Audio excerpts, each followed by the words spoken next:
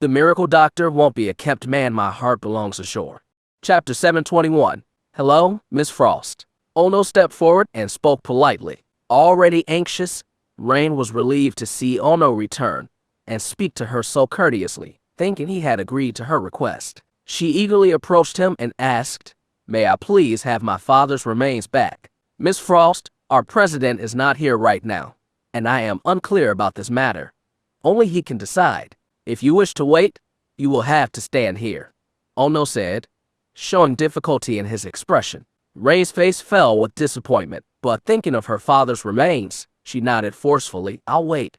"Miss Frost, you are truly filial. If Mr. Frost knows this in the netherworld, he would also be comforted," Ono commended, then stepped aside. Unaware of Ono and Nakamura's deceit, Rain believed him and waited eagerly. Although Nakamura had intended for Rain to kneel, Ono did not immediately arrange for it. She might not have agreed if he had asked her to kneel directly. He chose a more gradual approach, initially having Rain stand and wait, planning to wear her down over time before suggesting she kneel. Ono was even more cunning than Nakamura. Rain stood there innocently waiting. It was summer, and the sun was scorching. Worried she might miss the return of the Ninja Association president, she stood under the sun without blinking. After half an hour, seeing Rain was deeply immersed in waiting, Ono secretly messaged Nakamura about his plan. Nakamura praised Ono, considering this method even more clever. Ono suggested exposing the story to the media and inviting journalists to broadcast live, which would give Rain hope while simultaneously humiliating Dragonsland. Nakamura was again delighted, praised Ono, and even promised him a promotion. Nakamura also arranged for someone to leak the news. Soon, the story about Rain coming to Sunland to claim her father, Blake Frost's body, spread throughout Sunland, and a large number of Sunland journalists rushed to the scene. Rain, already drenched in sweat with her clothes soaked under the sun, was curious to see the gathering crowd. Among them, a female journalist approached with a microphone and an admiring smile.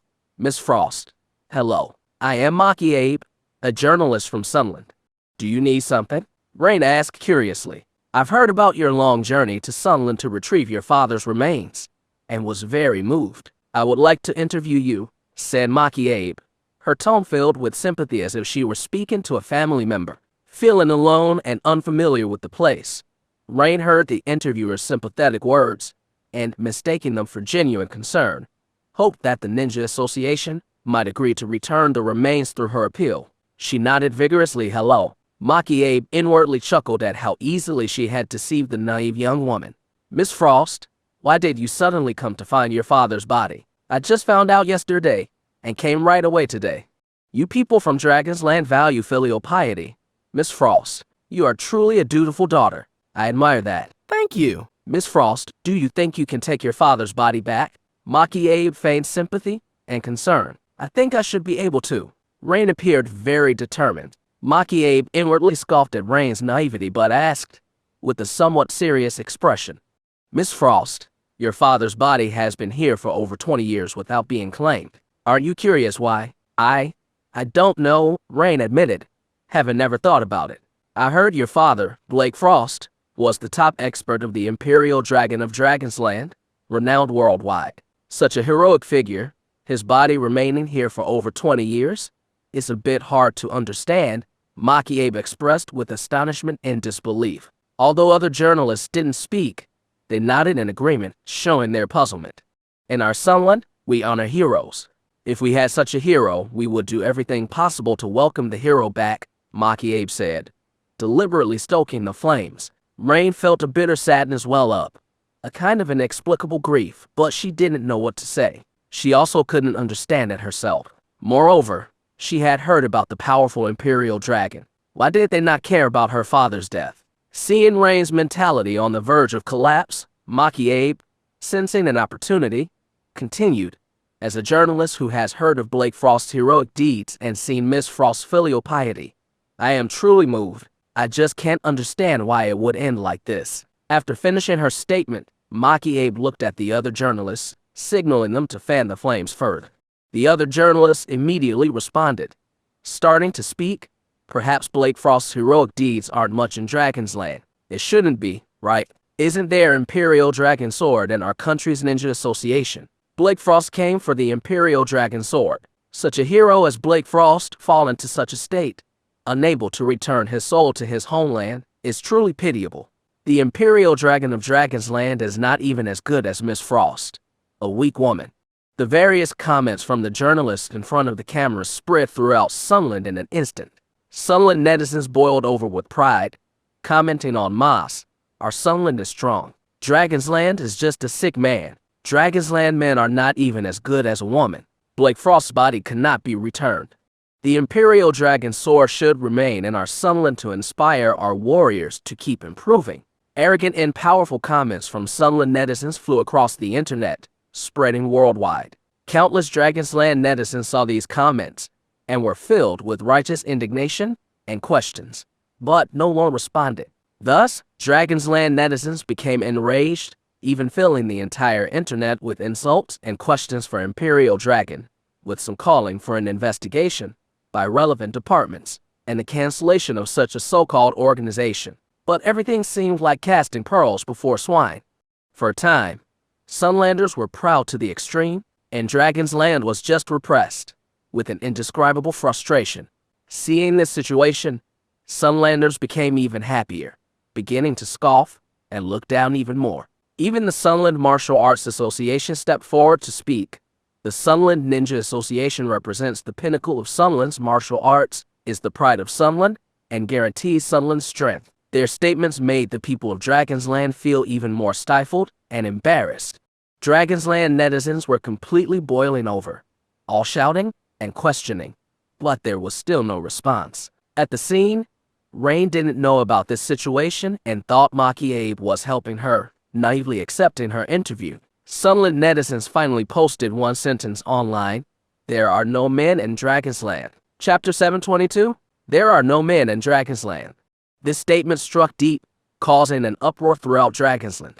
Even the internet began collectively fundraising and recruiting heroes to retrieve Blake Frost's body. Unfortunately, no one stepped forward. This ineffectual outcry became a mockery, exciting and delighting the people of Sunland even more. In their eyes, the people of Dragonsland were scared. They were even less than Rain, a woman. Lillian watched these developments with clenched fists, her nails digging into her skin, her teeth biting into her lips until they bled. Rage, humiliation. Yet, Imperial Dragon seemed to have disappeared, making no sound at all. She even felt ashamed to be part of the Imperial Dragon. Suddenly, she thought Kiran York's decision to go to Sunland was wise and very manly. At the Ninja Association, Ono went over with a friendly smile when he saw that the timing was almost right and said, "Miss Frost, your filial piety is truly evident. Right before you is the Ninja Association, where your father's remains are. Even though you can't see him, don't you want to kneel and bow your head?" After saying this, Ono signaled to Maki Abe and other journalists. Maki Abe and the others immediately understood that this was to humiliate her, effectively making her bow to the Ninja Association. They started saying, "Such a filial daughter as Miss Frost will surely kneel. Crossing thousands of miles to convey your longing, why not stand at the doorstep?" People bow their heads in respect even across the barriers of life and death. I believe the filial Miss Frost will definitely bow to her father. The journalists were skilled at stirring emotions. Every word touched people's hearts, evoking an inexplicable pain. They all pointed their cameras at Rain, waiting for her to kneel. The always boisterous Sunland netizens all over the internet posted the word kneel, flanked by the flags of both countries, Dragonsland on the left, Sunland on the right, symbolizing Dragonsland kneeling to Sunland. Their intentions were very clear. Dragonsland's netizens were filled with anxiety, angrily shouting at Rain not to succumb, but knowing full well that she could not see or hear them. Lillian's teeth pierced her lips. This kneeling must not happen. It was a matter of honor. Rain was stirred by the journalist's words at the scene and deeply moved. Thinking of her father, whom she had never met, and his heroic deeds, she started to kneel. She had already been standing for hours and was exhausted. Coupled with the breaking point of her thoughts, her knees slowly bent, inching toward the ground. At that moment, every Sunland journalist's camera was focused on Rain. At that moment, every journalist's heart was preparing the most sensational phrases. At that moment, every Sunland netizen was typing, "Long live Sunland." They all waited for Rain to kneel so that they could unleash their might together, glorifying Sunland and humiliating Dragonsland. Ono was excitedly clenching his fists, nearly stepping forward to help Rain down. Rain's knees inched closer to the ground. Her thoughts were on her father's remains, not the complex conspiracies. Many Dragonsland viewers watching the live stream covered their eyes, unable to watch. They didn't hate Rain. In fact, they admired her filial piety, but they could not accept this humiliation. Sunlanders were about to erupt. Why kneel? Kiran's voice suddenly boomed out when Rain's knees were less than 5 centimeters from the ground. Rain heard Kiran's voice, like a dying person in the desert seeing water. She wanted to stand, but her weakness and the momentum propelled her down. She knelt. Dragonsland people have knelt to Sunland people. The Sunland journalists, who had eagerly awaited this moment for a long time, exclaimed with joy, "Long live Sunland." Sunland netizens plastered the internet with this phrase, "Dragonsland people, do not kneel." Kiran's voice rose higher than all the noise around them. He lifted his hand, and a massive invisible force pulled Rain up before her knees could touch. "Ah!" Rain exclaimed softly. Her voice drew everyone's attention back. The startled Sunland journalists looked and saw that Rain had not knelt. This was awkward. The Sunland netizens who had just flooded the net with celebratory messages saw this, and were stunned, unsure how to react. By the time they wanted to retract their messages, it was too late. Those Dragonsland viewers who had despaired and couldn't watch now opened their eyes to see Kiran slowly approaching a standing Rain. Handsome, resolute, imperious, and calmly composed, Kiran exuded an aura of contempt for the world. Netizens didn't know Kiran but were shocked and moved by him. Dragonsland people, do not kneel. Watching the live stream, Lillian typed this phrase into the chat, covering her face and crying with joy. Kiran had not disappointed her. Dragonsland people, do not kneel. Ecstatic Dragonsland netizens flooded the net with this joyful declaration, feeling vindicated. Who is this man? This man is a hero of Dragonsland. This man is our pride. Dragonsland netizens, watching the live stream, vented their excited hearts wildly. What a relief, brother Kiran. Rain had regained some strength, calling out to Kiran. "Silly girl, why didn't you call me when you came here?" Kiran's face showed a loving smile as he walked over and gently stroked the top of Rain's head. Brother Kiran. The whimpering Rain hugged Kiran and sobbed loudly. She had found her pillar. "Who are you?" Ono angrily questioned Kiran, and his eyes, as Kiran had disrupted all their plans and must die. "I am from Dragonsland," Kiran declared loudly to Ono and the journalists. "I am from Dragonsland." His voice was loud, echoing at the scene, resonating in people's hearts, and spreading across the entire network. "I am from Dragonsland." Dragonsland netizens again used this phrase to flood the chat, their hearts surging with happiness and pride. "Die." Ono cursed at Kiran. Kiran coolly said, "Inform your chairman that if Blake Frost's body is not properly embalmed and sent out within an hour, I will walk in here." "Walk in?" Ono scoffed. Kiran nodded. "Those who block me will die." His booming, commanding words reverberated through the scene, stirring up the people's hearts. Chapter 723. Damn it.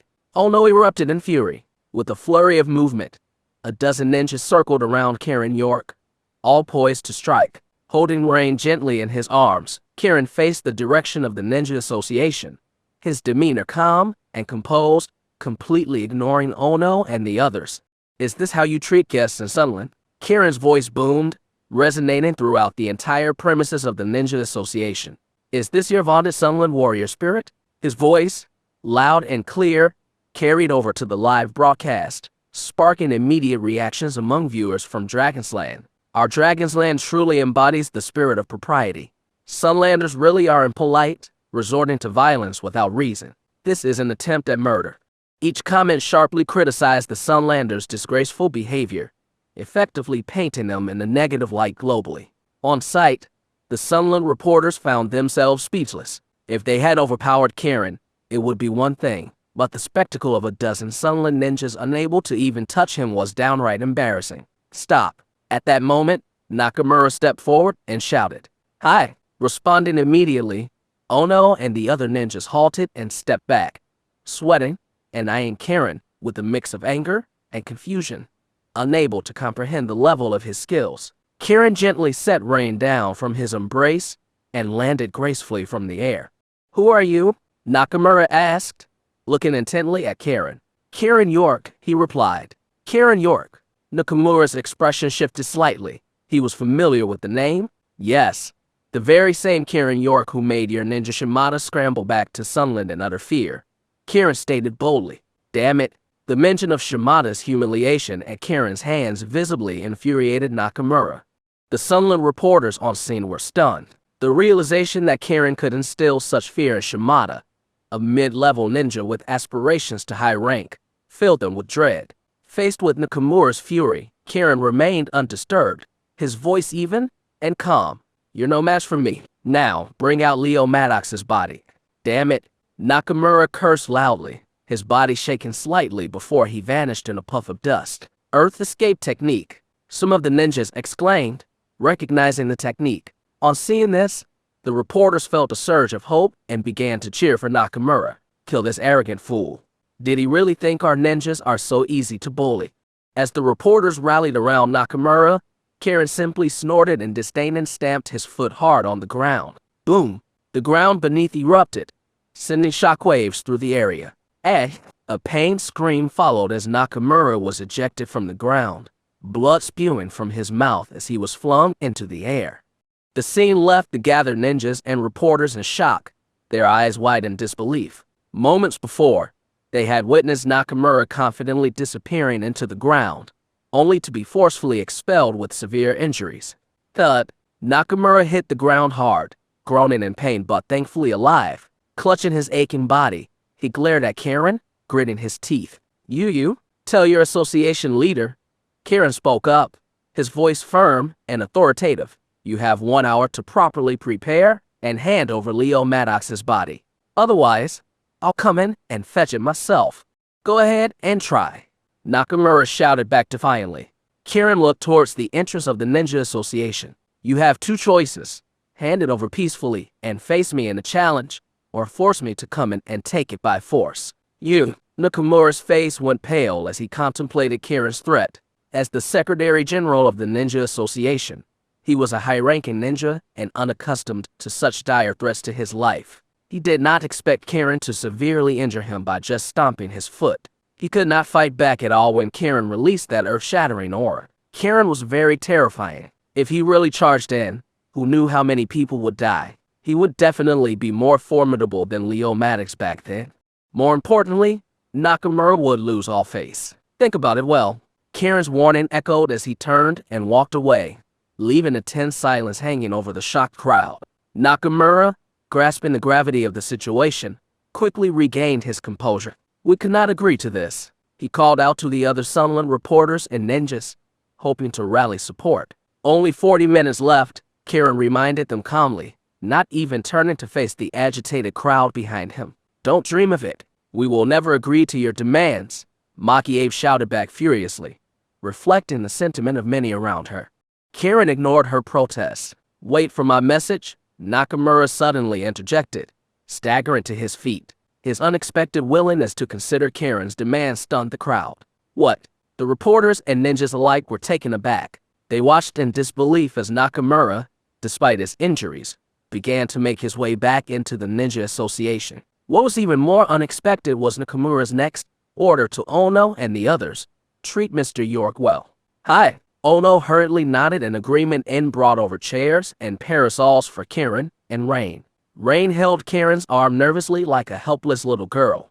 However, Kiran sat there calmly. He knew he would succeed. Inside the association, a group of top-ranking ninjas sat in a somber meeting, all eyes fixed on their leader seated at the head of the table.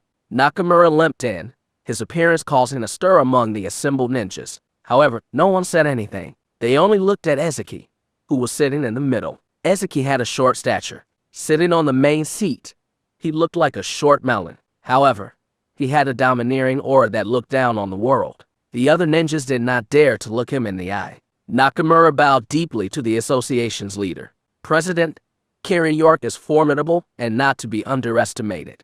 The room fell silent, waiting for Nakamura to explain further. After a moment, he continued, "I believe we should consider returning Leo Maddox's body to him." "Absurd," A tall ninja objected loudly, clearly upset by the suggestion. Nakamura stood firm. "You misunderstand, my friend. Let me explain," he said, addressing the president with respect. The president nodded for Nakamura to continue. "If we hand over the body as a gesture of goodwill, we could challenge Kiran York to a duel. If we defeat him, we could display his body instead, gaining immense prestige and demonstrating our superiority over Dragonsland." The room buzzed with approval as the ninjas considered Nakamura's plan. It was a bold strategy that could restore their honor and position them as dominant in the ongoing rivalry with Dragonsland. "What's the plan then?" the president asked, intrigued by the potential to turn the situation to their advantage. Chapter 724. Open and honest, heroic treatment, suggested Nakamura. "Damn it," Gengoa Isamu roared in anger, feeling that the honor was too generous. Ezuki raised his hand, signaling Gengoa Isamu to calm down. Isamu clenched his fist tightly, making cracking noises, his face filled with rage as he glared furiously at Nakamura. Even if the plan was sound, such treatment was not justified. "Isamu, I know you hate Blake Frost for killing your brother, but Nakamura's suggestion is excellent," Ezuki interjected. "Why?" Isamu demanded angrily. "Nakamura, please explain," Ezuki said, turning to Nakamura.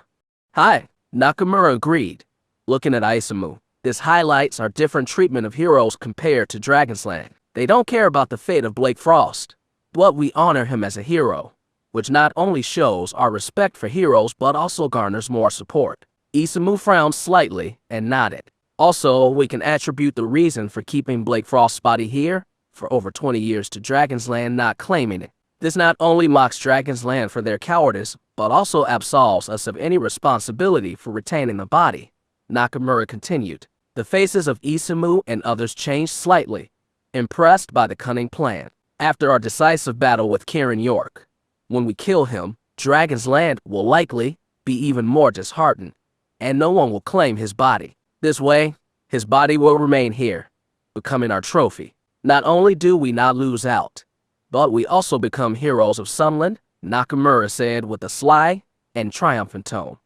Gengoa Isamu and the others' eyes lit up.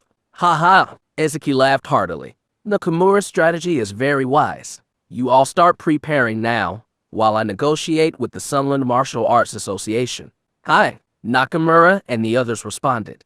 Ezuki spoke with the Sunland Martial Arts Association, explaining Nakamura's threefold intent. The association was very pleased and readily agreed. They even invited the Dragonsland Martial Arts Association to join the battle, but the latter ignored it and did not agree. It seemed to the Sunland Martial Arts Association that Dragonsland was already scared, and they were very confident about their disdain for Kiran York, telling Ezuki to proceed with the plan. Ezuki notified Nakamura and others to expedite the arrangements, and informed Kiran York of the opponent's request, proposing a duel at Mount Futu of Sunland in 3 days. Nakamura, seeing his plan fully implemented, walked out excitedly. Kiran York noticed that it had been less than 20 minutes since Nakamura had gone in, which was somewhat surprising. Nakamura looked at Kiran. "Mr. York, our chairman is already aware of this matter. Is it a no?" Maki Abe was the first to jump in and asked. Ono and others also gathered around, looking at Nakamura. Netizens from Sunland were unanimously saying no. Netizens from Dragonsland, however, remained silent, a great embarrassment, especially thinking that no one had claimed the body for 20 years, a tremendous disgrace. Nakamura turned to Maki Abe and other reporters. "We have always respected Mr. Blake Frost as a hero, but 20 years ago, he died in battle here, and we did not know who to return him to in Dragonsland, so we lay him in state, preserved to this day." With one statement, Nakamura sounded grand and generous, showing contempt for Dragonsland by stating that no one from Dragonsland dared to claim the body. Kiran York smiled silently, already understanding the other side's intention. "Now, Mr. Frost's daughter has come to claim him, and we will naturally return him," Nakamura smartly said, attributing it not to Kiran York but to Rain. "Really returning it?" Rain asked, overjoyed. Nakamura nodded affirmatively. "Of course, we will return it. In our eyes, Mr. Blake Frost is a truly courageous man, a true citizen of Dragonsland." With another compliment to the deceased, he mocked the living people of Dragonsland. However, Aside from Kiran York, no one else paid attention to these details. Thank you. Rain, thinking of being able to retrieve her father's body, spoke sincerely. You're welcome.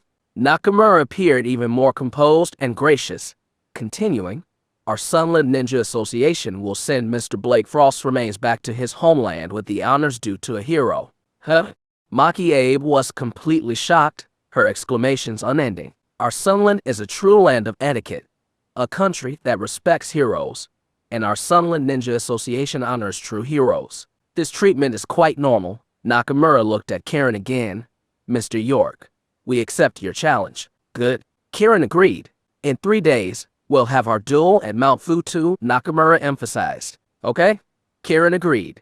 Mr. York, I hope you don't end up like Mr. Blake Frost, with no one collecting your body, Nakamura said with a faint smile, full of smugness and cunning. My brother won't die, Rain hastily said. No one wants to die, Nakamura smiled back, implying death was inevitable.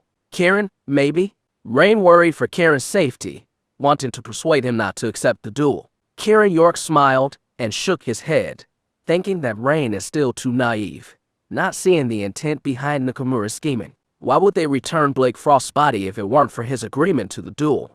Unknowingly, they had already considered him a replacement for Blake Frost's remains. Kiran was certainly not afraid and wouldn't expose them, just calmly looking at Nakamura. Add one condition to our duel in 3 days. What condition? Nakamura asked. If I lose and die here, let my body stay forever with your Sunland Ninja Association? Kiran said. Kiran. Rain cried out in distress. Kiran raised his hand to stop her. Nakamura's heart surged with excitement. This was exactly his desired outcome. Mr. York, what kind of duel would you prefer? You decide, Kiran said. How should we decide? It's better if Mr. York decides, as he is our guest, Nakamura cunningly said, clearly wanting a mass attack but too embarrassed to say so. Kiran, I challenge your entire Sunland Ninja Association. What? Has he gone mad? Maki Ape exclaimed in disbelief. Nakamura's heart shouted with excitement. This was hitting the jackpot. Unbelievably, Kiran had agreed on his own. Mr. York has courage. Nakamura feigned reluctance but admired. Kiran ignored him, continuing, if I win, you return our Dragonsland's Imperial Dragon Sword. The Imperial Dragon Sword, Nakamura repeated, seeming hesitant. I'll wait for your decision, Kiran said calmly. I'll go back and report. Nakamura hurried back to meet with Ezuki. Ezuki, hearing this, was conflicted. Nakamura tentatively spoke. I think this is feasible. Why? Ezuki and others quickly asked. Nakamura, killing a strong figure like Kiran York, who represents the hope and future of Dragonsland, would benefit our Sunland. Everyone's eyes shone with anticipation. Chapter 725. I think highly of Nakamura's suggestion. Ezuki addressed the crowd. Gengar Isamu also showed excitement, laughing loudly in praise. Nakamura, I truly admire your vision. I am ashamed compared to you. Nakamura has a great sense of the bigger picture. Another voice chimed in. As long as we kill Kiran York, we are heroes. Someone else added.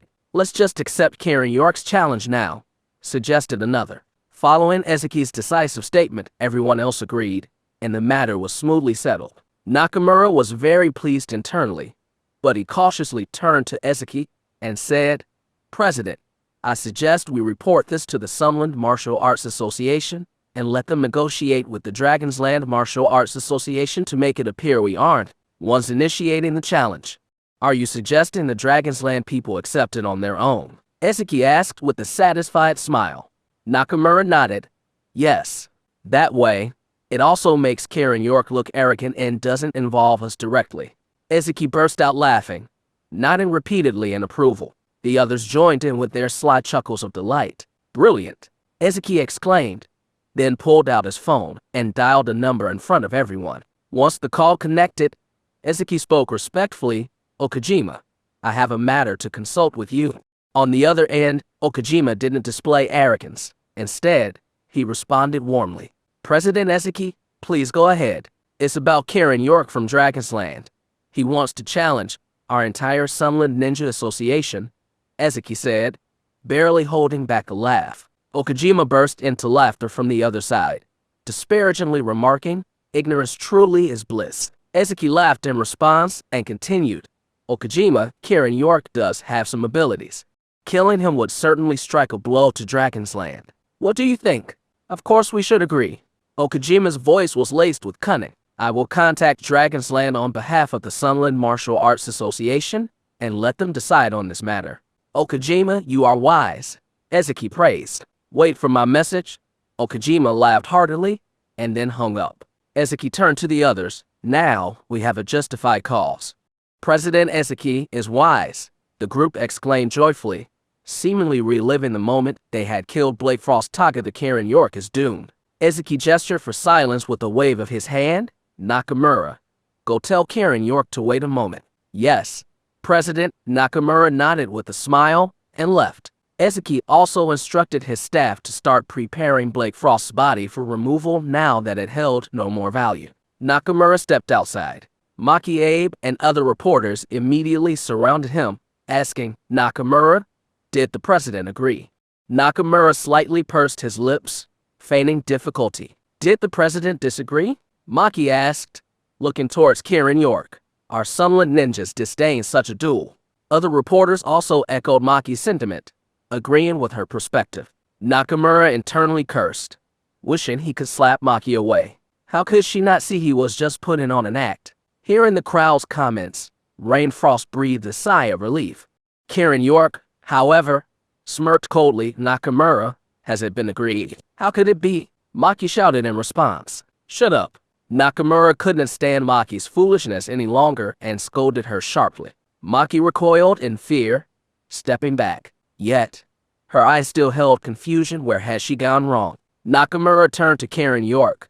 Your proposal has been reported to the Sunland Martial Arts Association. They will negotiate with your Dragonsland Martial Arts Association. Wait for their decision. Blake Frost's body will be brought out shortly.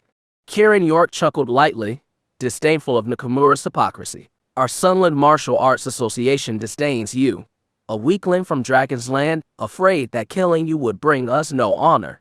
Maki, unable to stand Kiran's arrogance, spoke contemptuously, trying to curry favor with Nakamura. Nakamura was about to speak when he saw a crystal coffin wheeled out from inside. Rain Frost, recognizing it as her father Blake Frost's body, trembled violently, nearly collapsing. Kiran York's eyes also held a complex expression, more out of respect for Blake Frost. This was a true hero. He supported Rain Frost as they walked over. The two stood by the carriage, looking through the crystal coffin at Blake's body preserved in formalin, covered in countless battle scars, with the most lethal being the cut across his throat. Though unaware of the exact circumstances of the battle, seeing Blake in front of him, Kiran York knew he had fought to his last breath. What struck Kiran York the most was that Blake's eyes were still wide open, his anger unquenched even after 20 years in formalin. He died before he could fulfill his ambitions. That was all. Seeing her father's unblinking eyes, Rain finally broke down completely, sobbing loudly as she leaned against the crystal coffin. Kiran York didn't stop her. He only clenched his fists tighter, his eyes brimming with tears. As a man, he could feel Blake's final moments of defiance. Seeing the coffin brought out, the Sunland reporters hurried over, aiming their cameras at Blake's body. Their live broadcast quickly spread online. Sunland's netizens, previously quiet, erupted again. Our great Sunland ninjas are mighty. The knife wounds on Blake's body are our honor. The top master of Dragonsland's Imperial Dragon Path is just a rookie. In stark contrast, Dragonsland's netizens fell silent, seeing these wounds as scars of shame imprinted on Blake, a humiliation that echoed through their memories of a disgraced past. Maki excitedly addressed the camera. This is the top master of Dragonsland's Imperial Dragon. Look, he's still unblinking in death. It's a pity that after more than 20 years, no one from Dragonsland has come to take his body back. Our Sunland ninjas are truly honorable, having preserved his body for many years, silently protecting all this for them. They should be thanking us. I think the real hero of Dragonsland is Rain Frost. This woman has done what no man could. Maki took the opportunity to humiliate Dragonsland further. Her commentary stirred many people up, while others intensified their criticism of Dragonsland.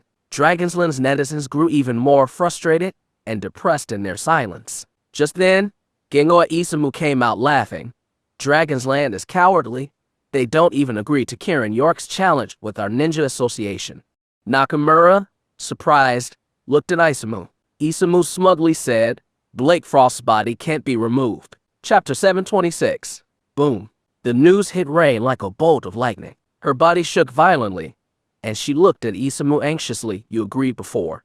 Why have you changed your mind now? Blake Frost is a hero, and heroes should stay in the land of heroes, not return to a cowardly Dragonsland, Isamu said with evident pride and scorn. We, Dragonsland, are the true heroes? Rain couldn't help but retort upon hearing her nation insulted. If Dragonsland are heroes, then where are your heroes? Maki Abe interjected sharply, pointing at the crystal coffin. Are they here? Inside this coffin. You don't even have a man brave enough to reclaim Blake's body. How can you claim to be a land of heroes? Blake's body doesn't deserve to return to Dragonsland, Maki declared arrogantly. Her live stream influenced other reporters and swayed many online viewers' opinions. Soon, everyone agreed that Blake Frost should not return to Dragonsland, which was deemed unworthy of his remains. You all claim to respect heroes, but this is how you honor a deceased hero? Blake Frost. Ridiculous. Kiran scoffed at the camera. What did you say? Maki was the first to react, angrily demanding an answer. I'm not saying anything more. Kiran responded. You should have stopped talking long ago. Maki snapped back. Snap. Without warning, Kiran stepped forward and slapped Maki across the face. Then I'll make you stop. Ah, Maki screamed, clutching her swollen, bleeding face. Everyone on the scene was stunned. Kiran was truly audacious. Kiran scanned the crowd of Sunland citizens with a smirk. Aren't all of you from Sunland heroes? I've just struck one of your people. Where are the heroes now? Come out and avenge her. The scene fell silent, with no response. Ah, Maki screamed again in rage. Damn it, Isamu cursed, lunging at Kiran with the fist aimed to send Kiran flying. Kiran didn't dodge, as Isamu closed into less than half a meter. Kiran swiftly counterattacked, grabbing Isamu by the neck. Ah, Isamu let out a strangle cry. The crowd was shocked again. Lifting Isamu's nearly 400-pound body with ease, Kiran looked at the reporters. You all boast about being from a land of heroes, so step forward and save Isamu. Damn it, Nakamura cursed in humiliation. You come. Kiran coldly challenged Nakamura. Thinking back to how a kick from Kiran blew him away, Nakamura was terrified. He not only didn't step forward but quickly retreated instead. The strangled Isamu tried desperately to pry Kiran's hands off, but to no avail. He struggled to breathe and stay alive. Where are your heroes now? Kiran asked again. Seeing no one come forward, the people from Sunland were so frightened that they instinctively stepped back. Thud. Kiran dropped Isamu's hefty body to the ground. True cowards are those who boast with words. Ouch. Isamu's cry of pain seemed to underscore Kiran's words. The previously excited Sunland netizens were deflated once more. In contrast, Dragonsland netizens finally felt vindicated, flooding the internet with comments about true cowards who boast with words. Kiran looked around at the people from Sunland.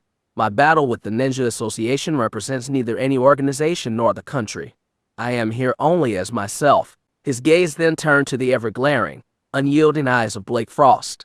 In honor of the hero Blake Frost, with a slight redness around his eyes, Kiran looked up at the sky before lowering his gaze back to Blake's body. Rest in peace. I will retrieve the Imperial Dragon Sword. Remarkably, Blake's eyes, which had been glaring for over 20 years, slowly began to close. The camera captured this miraculous moment, which quickly spread online. Numerous Dragonsland netizens cried. Blake, unyielding even in death for over 20 years, had finally found peace. What immense detonation he had sustained. What strong patriotic feelings he had harbored. What a powerful belief he had maintained. Rest in peace, Blake, Kiran murmured, then turned towards the direction of the Ninja Association. See you at Mount Futu in 3 days. As his words fell, he pulled the driver out of the vehicle, took the wheel himself, and drove off with Rain and the body. Isamu lay on the ground, humiliated and powerless to retaliate, consumed by the shame of his defeat. Maki, holding her throbbing face, watched Kiran's disappearing figure. She was too frightened to say anything, only able to endure the humiliation. Nakamura stood frozen in place, too afraid to move. With a single slap, Kiran had silenced Maki, subdued Isamu with one move, and intimidated Nakamura with a kick. Simple, direct. Yet, he shattered the so-called heroic image of Sunland, leaving their pride in tatters. No one stood up to oppose him. No one dared to fight back. Kiran demonstrated the confidence of the Dragonsland people. Kiran showed the strength of the Dragonsland people. Kiran upheld the dignity of the Dragonsland people. 20 years ago, Blake died here. Kiran helped him regain his dignity today. Kiran allowed Blake's glaring eyes, which had been open for over 20 years, to finally rest. The realm of heroes belongs to Dragonsland. The legacy continues, never to cease. Countless Dragonsland netizens wept in front of their screens, moved by Kiran and deeply admiring Blake. Many were already eagerly awaiting the showdown in 3 days. Lillian Yanes wiped her tears and called Lauren Jean, arranging for Blake's body to be brought back. "What do we do now, Kiran?" Rain asked as she sat in the car, looking at Kiran. "Let's try the airport and see if we can find a way to bring it back to Dragonsland," Kiran suggested. Rain nodded, but tears still escaped her eyes. Now she understood how hard it was to retrieve her father's body, even more so to bring it back. Kiran had no easy solution either. It was a journey across the ocean, beyond mere human effort. They could cremate the body and bring the ashes back, but that felt like a dishonor. All he could do now was try. Arriving at the airport, Kiran asked Rain to watch over the body while he contacted the relevant authorities. Suddenly, a car with the Dragonsland national flag drove up. Seeing the familiar emblem and flag in a foreign land warmed Kiran's heart. The car stopped, and a young woman stepped out and quickly approached. "Hello, Mr. Kiran. I am Florence Nash, a staff member from Dragonsland stationed in Sunland." Hearing her identity, Kiran felt much relieved and nodded with a smile. "We will personally take care of transporting Mr. Blake's body back to our country," Florence Nash continued. "Thank you. We should be thanking you." Admiration filled Florence Nash's eyes. Beep beep. Just then, another series of car horns sounded, and a convoy with Dragonsland flags approached. Chapter 727.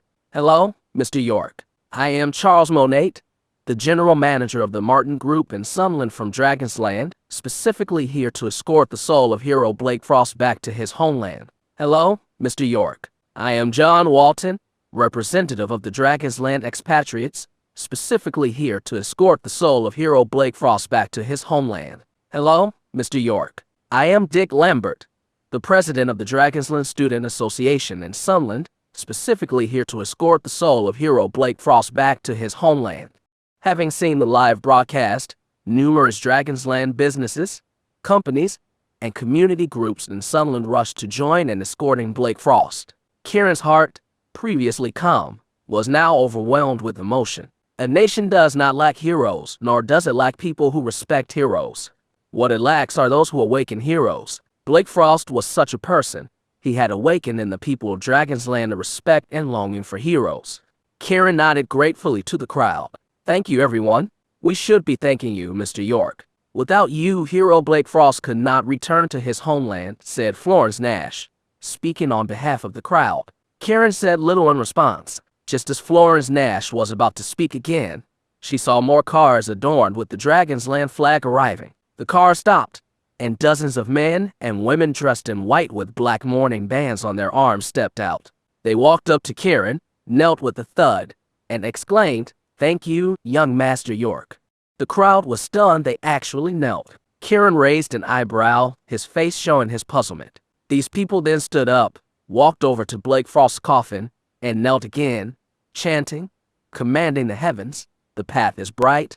The dragon soars across the seas. Welcome home, Protector Frost's soul.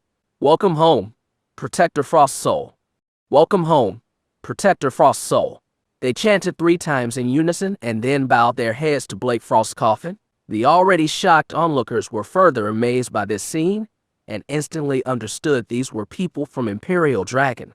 Looking at these people, Kiran felt a sudden clarity and a sense of peace. Heroes are not forgotten. Imperial Dragon commanding the heavens. The path is bright.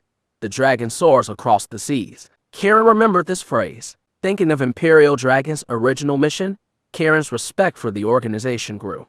30 years of fame, dust, and dirt, 8,000 miles of cloud and moon, the kneeling people sang in unison, stood up, and lifted Blake Frost's coffin together.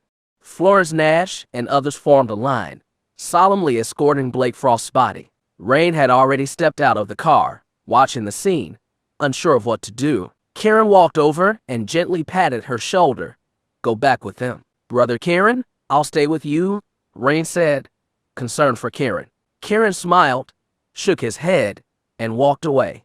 Rain watched Kiran's retreating figure through tear-blurred eyes, crying silently.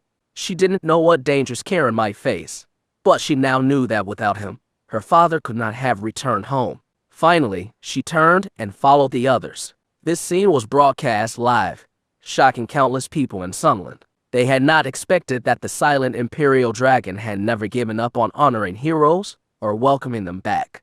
Only the timing had been wrong. And now, the hearts of Dragonsland's netizens were imprinted with the words, "Commanding the heavens, the path is bright, the dragon soars across the seas. 30 years of fame, dust, and dirt, 8,000 miles of cloud and moon." Though not everyone understood Imperial Dragon, everyone knew these were the unseen heroes, the guardians of the nation's peace, who silently gave their all, striving for the dragon to soar across the seas. Dragonsland people are a truly understated and heroic nation as exemplified by Kiran. However, no one knew where Kiran had gone. As the return of hero Blake Frost touched hearts, the life and death battle facing Kiran was even more poignant. 20 years ago, Blake Frost, known as the greatest master of Imperial Dragon, died at the hands of the Ninja Association, his wounds a mark of disgrace. Kiran wanted to wash away this disgrace. Could he do it? He had touched everyone's hearts, making them worry for him, but no one knew where he had gone. "Sis Lillian, can you go to Sunland to help Kiran?" Snow pleaded, grabbing Lillian's arm. Lillian shook her head. "Snow, this is Kiran's choice as a man, as a citizen of Dragonsland. I can't help him, no one can." "Will he?" Snow couldn't finish her sentence, already crying uncontrollably. Seeing Blake Frost's body, she was terrified Kiran might meet the same fate. Lillian remained silent. Inside the Ninja Association, the mood was tense. Ezeki's face showed the strain. Gengo, Isamu, and Nakamura felt the disgrace of recent events. The greatest shame was that the people of Imperial Dragon had been in Sunland for years, evidently seeking an opportunity to reclaim Blake Frost's body. Although they had not succeeded until now, their persistent actions had proved their unyielding spirit. The sudden ringing of Ezeki's phone cut through the tense atmosphere. He saw it was a call from Okajima, the chairman of the Sunland Martial Arts Association, and he answered immediately. "Chairman Okajima, President Ezeki, ensure that Kiran does not survive the duel in 3 days." Okajima's voice was firm and resolute. Ezeki's expression hardened, his resolve clear as he responded. "Do not worry, Chairman Okajima. Kiran will surely die." "Thank you, Chairman Ezeki," Okajima said before ending the call. Now more than ever, Kiran had become a symbol of defiance that shamed the martial arts community of Sunland. To them, Kiran's death was the only solution to restore their honor. He shone brightly, a beacon of Dragonsland's resilience and courage. Kiran must die. As Sunland awaited Kiran's fall, the martial arts circles in Dragonsland remained strangely quiet, almost oblivious to the struggle of their compatriot. This lack of visible support infuriated many netizens, who felt it unjust that such a critical fight involving a national hero seemed ignored. But the reality was unchangeable. At that moment, Kiran was sitting quietly at Mount Futu, awaiting the duel. He knew he was surrounded by dangers, akin to being trapped on all sides by enemies. His best strategy was to wait calmly, ready to face whatever came his way. If anyone in Sunland truly cared about Kiran, it was Aoki Kastner. She searched desperately but could not find him. As the third day arrived, a multitude gathered at Mount Futu. Chapter 728. At the base of Mount Futu, numerous journalists from Sunland had gathered. They set up their cameras, eager to live stream Kiran York's decisive battle against the Ninja Association. They believed that Kiran would inevitably meet his end despite his strength. After all, he would be overwhelmed by sheer numbers. Many citizens of Sunland also arrived, hoping to witness their country's heroes defeat Kiran and restore their national pride. Ezeki and his team of ninjas arrived at Mount Futu, receiving a star's welcome. There's President Ezeki. Maki Abe, Knight among the reporters, spotted him first and was the first to rush over. The other journalists quickly followed. "President Ezeki, how do you think Kiran will be defeated today?" Maki ran up to Ezeki, microphone in hand. eagerly asking for his prediction. With a calm demeanor that suggested he was confident of victory, Ezuki remained silent. Nakamura quickly stepped forward, addressing Maki and the other reporters. Although Kiran has challenged our entire ninja association, and while his arrogance is notable, our people value etiquette. We've decided to face him one at a time in battle to avoid accusations of bullying. The ninja association is indeed honorable, Maki commented, though internally, she felt it was no different from a series of relentless attacks meant to wear Kiran down. Still, she praised them insincerely. Nakamura smiled calmly. A true warrior must always uphold such honor. He looked around and, seeing no one from Dragonsland, arrogantly remarked, 20 years ago, we managed to kill Dragonsland's greatest warrior, Blake Frost, here. Today, we can do the same to Kiran. What a bold spirit, Nakamura. Maki quickly lauded him. It's not about my boldness, but about the absence of any Dragonsland people. Ha ha, Nakamura laughed mockingly. Dragonsland people are too scared to show up, Maki said to the live camera, belittling them further. Online, Sunland netizens began posting, Dragonsland are cowards. Dragonsland netizens, however, were also rallying online in support of Kiran, though they felt powerless as the virtual support seemed to make no difference in reality. They were frustrated and confused about why no one from Dragonsland was there in person. As Dragonsland netizens stood and Sunland people reached a peak of excited arrogance, suddenly, a stirring song of courage and strength echoed from the foot of Mount Futu, facing mighty waves with pride. Blood as radiant as the sun's light. Our courage firm like, still and vast like the sea, striving to be strong men, every day improving.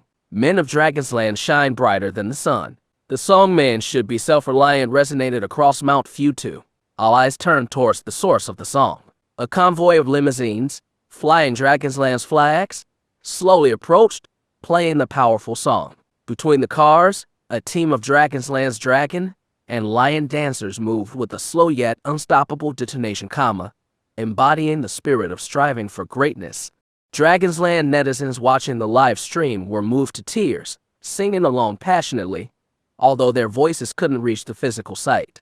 Their spirit, however, was felt by everyone present. Dragonsland men have the confidence to be self-reliant. Dragonsland men have the courage to be self-reliant. Dragonsland's Kiran has the heroism. On the TikTok, Aoki Kastner's live room unfurled a banner. My Lord will prevail. All fans now knew My Lord will prevail referred to Kiran. TikTok echoed the sentiment, with all live rooms playing Men Should Be Self-Reliant. Soon, every Dragonsland streaming platform was filled with the song. Even Bianca Campbell, who despised Kiran the most, played the song, tears in her eyes as she silently prayed for his safe return. Countless people from Dragonsland were now focused on Mount Futu, on Kiran who had yet to appear. As the cars carrying Dragonsland supporters stopped and people disembarked, they all looked towards Ezuki and his group. This display of unity and spirit visibly disturbed Ezuki and his followers. Seeing that Kiran had not yet appeared, they filled with smug satisfaction. Nakamura stepped forward, looking at the Dragonsland people. Where's Kiran? Too scared to show up. The Dragonsland people looked at each other, unsure of Kiran's whereabouts. Ezuki and his men thought Kiran had been missing for 3 days and speculated that he might have fled. Nakamura quickly caught on, addressing the crowd. Has Kiran turned into a scared turtle, hiding away? Impossible, a Dragonsland person angrily retorted. Then let him show up, Nakamura taunted. Again, Dragonsland people fell silent, not knowing where Kiran was. Ha ha, Kiran has become a coward, hiding away, and disappeared. Maki mocked on the live camera, a coward, a deserter, Dragonsland's cowardly ghost. Many journalists joined in the taunting. Dragonsland people were infuriated but helpless, not knowing where Kiran was. There are no cowards in Dragonsland. Just as Sunland's arrogance reached its peak, Kiran's voice suddenly rang out. Everyone turned to look. Kiran descended from Mount Futu like a falling star, directly jumping down. Kiran is here, the Dragonsland people exclaimed. Countless cameras and phones were pointed at Kiran. As Kiran landed, they saw he was as composed and natural as ever, wearing the same outfit. Kiran. Seeing Kiran had not fled, Nakamura was slightly disappointed and called out in a low voice. Kiran's gaze met Ezuki and the others, utterly calm. Mr. Kiran, I'm a journalist from Dragonsland. May I interview you? A Dragonsland journalist approached, eager for an interview. Seeing a familiar face, Kiran felt a warmth in his heart and smiled. No need for interviews. I'll just say one thing. What is it? The journalist asked. Commanding the heavens, the path is bright. The dragon soars across the seas, Kiran said, standing tall and resolute, looking up at the sky. The area fell silent. Wasn't this the creed of Imperial Dragon? Kiran had spoken for Imperial Dragon. They weren't actually familiar with the true mission of Imperial Dragon, but Kiran had realized over the past 3 days that the true essence of Imperial Dragon was to protect the nation. Commanding the heavens meant safeguarding the nation. The path is bright represented a love for peace. The dragon soars across the sea signified prosperity and strength.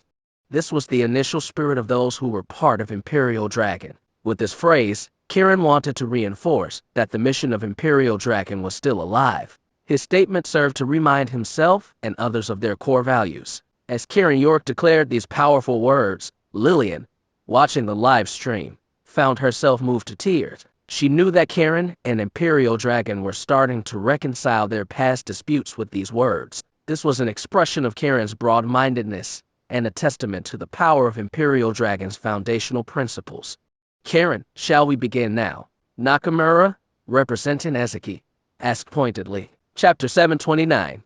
Nakamura's words awakened a sense of realization among the people of Sunland, who turned their angry stares towards Kiran York, declaring, let's just prove it with strength. All this fancy talk is useless, isn't it? Makiabe harshly criticized Kiran, her tone extremely derogatory. The Dragonsland people present were furious, but Kiran merely smiled and shook his head, signaling to them to remain calm. He then turned his gaze to the crowd, specifically looking at Ezeki, and said, before we begin, I think we should do 2 things. What are they? Nakamura asked. Kiran responded, first, we need to sign a life and death agreement, indicating that this duel is between me, Kiran York, personally, and your ninja association. It has nothing to do with other people or the country. That's acceptable. Nakamura thought about the many witnesses present and agreed it would be a good idea. The second thing is that I want to see the Imperial Dragon's sword to make sure it's real before proceeding. That's not possible. Nakamura immediately refused without hesitation. I'm risking my life against your ninja association, and you won't even let me see the wager. Don't you think that makes you look rather ridiculous? Kiran looked at Nakamura and the others, his tone laced with cold laughter. Nakamura was visibly embarrassed by the question. Ezeki frowned deeply, showing displeasure on his face. He truly hadn't considered the possibility of Kiran winning and hadn't brought the Imperial Dragon sword. Now that Kiran wants to see it, it's rather awkward, Ezeki thought. Surely you're not going back on your word, shouted someone from Dragonsland. How could that be possible? We, the Ninja Association of Sunland, would never deceive anyone, Nakamura shouted back. Then bring it out. Let's start this sooner and finish it quicker, Kiran said calmly. Kiran, just wait. Nakamura, unable to decide, turned to look at Ezeki. Ezeki, feeling humiliated that he should have brought the sword earlier, hesitated for a moment, then made a phone call to have the Imperial Dragon sword brought over. Soon, the Ninja Association arranged for Aoki Kastner to deliver the Imperial Dragon sword. During the wait, both parties signed the life and death agreement. This agreement brought some satisfaction to Ezeki. In his view, Kiran was certain to die, which would relieve him of further worries. When Aoki Kastner appeared on the scene holding the Imperial Dragon sword, her cheeks blushed with nervousness and concern. Kiran, the man she loved, was about to duel her organization. Today, she faced a conflict between her affections and her duties, unsure of the outcome but filled with anxiety. Kiran, seeing Aoki Kastner, smiled gently, his demeanor utterly natural. Aoki responded with a complicated smile and a slight nod. Ezeki's attention was fixed on the Imperial Dragon sword. He did not notice the exchange of looks between the two. Aoki Kastner, bring me the Imperial Dragon sword, he ordered. Yes. Aoki immediately responded, holding the sword and walking towards Ezeki. Her approach drew everyone's eyes. Everyone was focused on the Imperial Dragon sword she carried, eager to see what made this sword so unique. Aoki handed the sword to Ezeki. Ezeki's expression was solemn as he held the sword box, his heart fluctuating with emotions. From a brutal war decades ago, this sword belonged to the first sect master of the Dragonsland Imperial Dragon. At that time, they had once wanted to defeat the Sunland from the inside, so they brought people to assassinate them. In the end, they all died in battle. This Imperial Dragon sword was left behind and became Sunland's spoils of war. It became the heartache of the Dragon Country. Dragonsland had tried to reclaim the Imperial Dragon's sword for years, but all had failed, many dying in silence. More than 20 years ago, Blake Frost came to snatch the sword. That became the final song of Imperial Dragon. From then on, no one came to take back the Imperial Dragon sword. It was as if they had forgotten about it. Now, Kiran was here to reclaim what was lost and restore the honor taken 20 years ago. Time flies. The years leave no trace. Only the rivers and mountains bear witness to the past splendor. Remembering the past, many heroes have faded away. Looking at today, Ezekiel felt a heavy burden of passion in his heart. Ninja Association. Ezekiel suddenly turned to the crowd and shouted, "Hi!" The crowd responded in unison. Ezekiel declared, "The sword is." The crowd completed, "Where dignity lies." Sword is, dignity is. The people of Sunland's Ninja Association began to chant, instantly igniting a fiery passion, becoming fired up. For them, the sword was also a symbol of their dignity. Years ago, the Ninja Association suffered greatly for the sword. Even Blake Frost's attempt to retrieve it had cost them many lives. The Imperial Dragon Sword, guarded by the lives and blood of Sunland's ninjas, protected more than just the dignity of the ninjas. It upheld the dignity of Sunland and was a constant humiliation to the people of Dragonsland. At this moment, they were willing to share their fate with the Imperial Dragon Sword. The Sunland people were infected by this passion and zeal, stirring a fresh wave of enthusiasm. For the people of Dragonsland, Sunland's chant, "The sword is where the dignity lies," was the greatest insult, as the sword had not been in Dragonsland for many years. The Dragonsland people at the scene looked at Kiran with eyes full of fervent hope, truly wishing to reclaim the Imperial Dragon Sword. However, the thought of Kiran facing the entire Ninja Association alone made them nervous. "Let's open it and confirm," Kiran said calmly. "You doubt us?" Gengar Isamu asked angrily. "Of course," Kiran scoffed coldly. "When have you Sunland people ever been trustworthy?" Damn it, Gengar was furious but did not dare to advance. He remembered narrowly escaping with his life the last time. "Kiran, in front of so many people, we, the Ninja Association of Sunland, will not deceive you," Ezekiel said, then placed the sword box on a stand and gently opened it. Countless cameras focused on the box. Everyone's eyes widened as they watched the Imperial Dragon sword being revealed. The old black box was open, revealing a pitch-black sword lying inside. Under the sunlight, the sword appeared made of black iron, resting in the scabbard. This was a plain-looking sword with a black iron blade and a red jade handle, which initially seemed a bit odd, and made one wonder if it could break easily. But when Kiran saw the red jade, he thought of the red jade stones of the dragon vein, possibly connecting the Imperial Dragon sword to the dragon vein. Ezekiel's gaze fell on the sword, his eyes lighting up with joy as if he couldn't bear to part with it, yet he refrained from touching it. "Kiran, you've seen it now. Do you believe it?" Nakamura looked at Kiran and asked loudly. Kiran nodded. "I've seen it." "Is it real?" a Dragonsland person asked quietly as a reminder. Not just them, but also the Sunland people at the scene and countless others online shared the same question. Only Kiran knew for sure it was real. The jade handle and Ezekiel's reluctance to touch it confirmed that this was indeed the true Imperial Dragon sword. At this moment, Lillian's beautiful eyes were fixed on the Imperial Dragon sword, unblinking, as if she was gazing affectionately at a lover. Many from Imperial Dragon had never seen the sword. Today, it was finally revealed again. Could Kiran reclaim it? Lillian's heart was filled with trepidation. "Shall we begin?" Kiran looked at Ezekiel. Chapter 730. "Let's start." Maki Abe was the first to shout. Her cry was echoed by many Sunland journalists. The entire Mount Futu was soon buzzing with the excitement of the Sunland people, who believed that no matter how strong Kiran York was, he was destined to fall here. Who could fight an entire association? The people from Dragonsland were worried about Kiran's safety.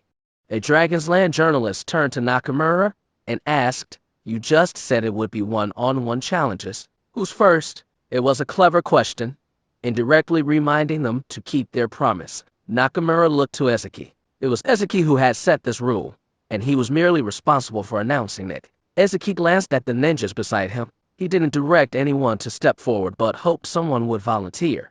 After all, this was a chance to shine on a grand stage, and winning could make them a hero celebrated across Sunland. Unfortunately, no one stepped forward immediately. Everyone was deep in thought, hesitant to make a move. Clearly, Kiran's feat of defeating Nakamura with a single kick and subduing Gengar the previous day had intimidated many. After waiting for nearly half a minute with no one volunteering, Ezuki felt embarrassed. If no one steps up, I might as well take the sword and leave, Kiran scoffed. I'll go first. Finally, Gengar stood up angrily. Ezuki breathed a sigh of relief and encouraged him. May Gengar Isamu achieve a victorious start. Thank you, President Ezuki. Gengar nodded vigorously. Gengar Isamu for a victorious start, Maki Abe chanted to the camera, waving her fist.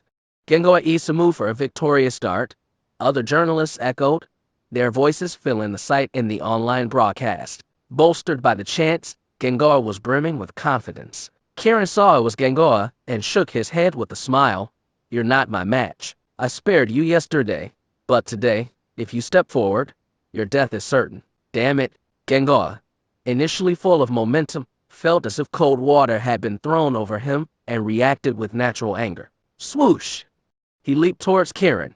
Kiran didn't even look, just slightly curved his lips in disdain, thinking, isn't this just a repeat of yesterday? Ezuki frowned, worried about Gengar's impulsiveness. Why still use this approach? Ninjas usually value agility and subtlety, but Gengar, being exceptionally tall, preferred straightforward attacks. Against others, this might work, but against Kiran yesterday, it had already been proven a failure. Ninja change. Just as Gengar neared Kiran, he shouted, and suddenly, his body seemed to split, creating three versions of himself attacking from different directions. The audience knew two were just shadows, but all felt the formidable presence as if they were all the real Gengar. Did Gengar learn to use ninja change? Someone asked in surprise. Ninja skills combined with ninja change are like doubling one's martial prowess. Gengar's ninja change creates balanced clones, all equally strong. It's truly formidable. Gengar's usual punch is over 1,000 pounds. Now, it's like 3,000 pounds. Kiran is definitely going down, someone commented excitedly, already assuming the outcome. Sunland journalists began hyping it up. Our peak of ninja skills is to perform the ninja change. Gengar Isamu can create 3 clones, which is incredibly powerful. Gengar alone could kill Kiran, yet he challenges our entire ninja association. He's overestimating himself. Our Sunland ninjas are invincible. Our Sunland is supremely powerful. On Dragonsland's side, everyone was nervous and uneasy. They had heard of the legendary prowess of Sunland ninjas but never expected to see the formidable ninja change, the pinnacle of Sunland ninja techniques, used in person. Concern filled their hearts. Gengar drew closer to Kiran. Just at the moment of attack, the 3 attacking figures suddenly disappeared as if into thin air. Ezuki and others widened their eyes in shock. A normal ninja change was already impressive enough, and using ninja techniques made it even more so. Nakamura couldn't help his excitement.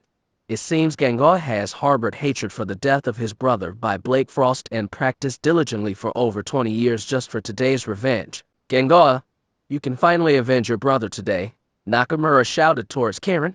Rest in peace, Gengar's brother. The other ninjas also shouted, their voices full of reverence for a hero. Blake Frost, today I avenge you.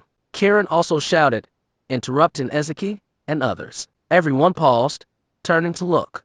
Die. Supporting himself with his left leg, Kiran raised his right leg and kicked in the air. Boom. A muffled sound seemed to come from the air. Everyone looked to see Gengar's body flying away like a ball. This ninja change, 3 attacks. How did Kiran find the real one? Crack, crack. The sound of bones breaking echoed through the air. Gengar screamed, and blood spewed from his mouth. The scene fell deathly silent. Thud. Gengar crashed to the ground like a cannonball, making a dull sound. Everyone seemed to wake from a dream, gasping in shock, and looked towards where Gengar lay. Gengar was motionless. His chest heaved twice, his head tilted, and he breathed his last. The scene wasn't just silent now.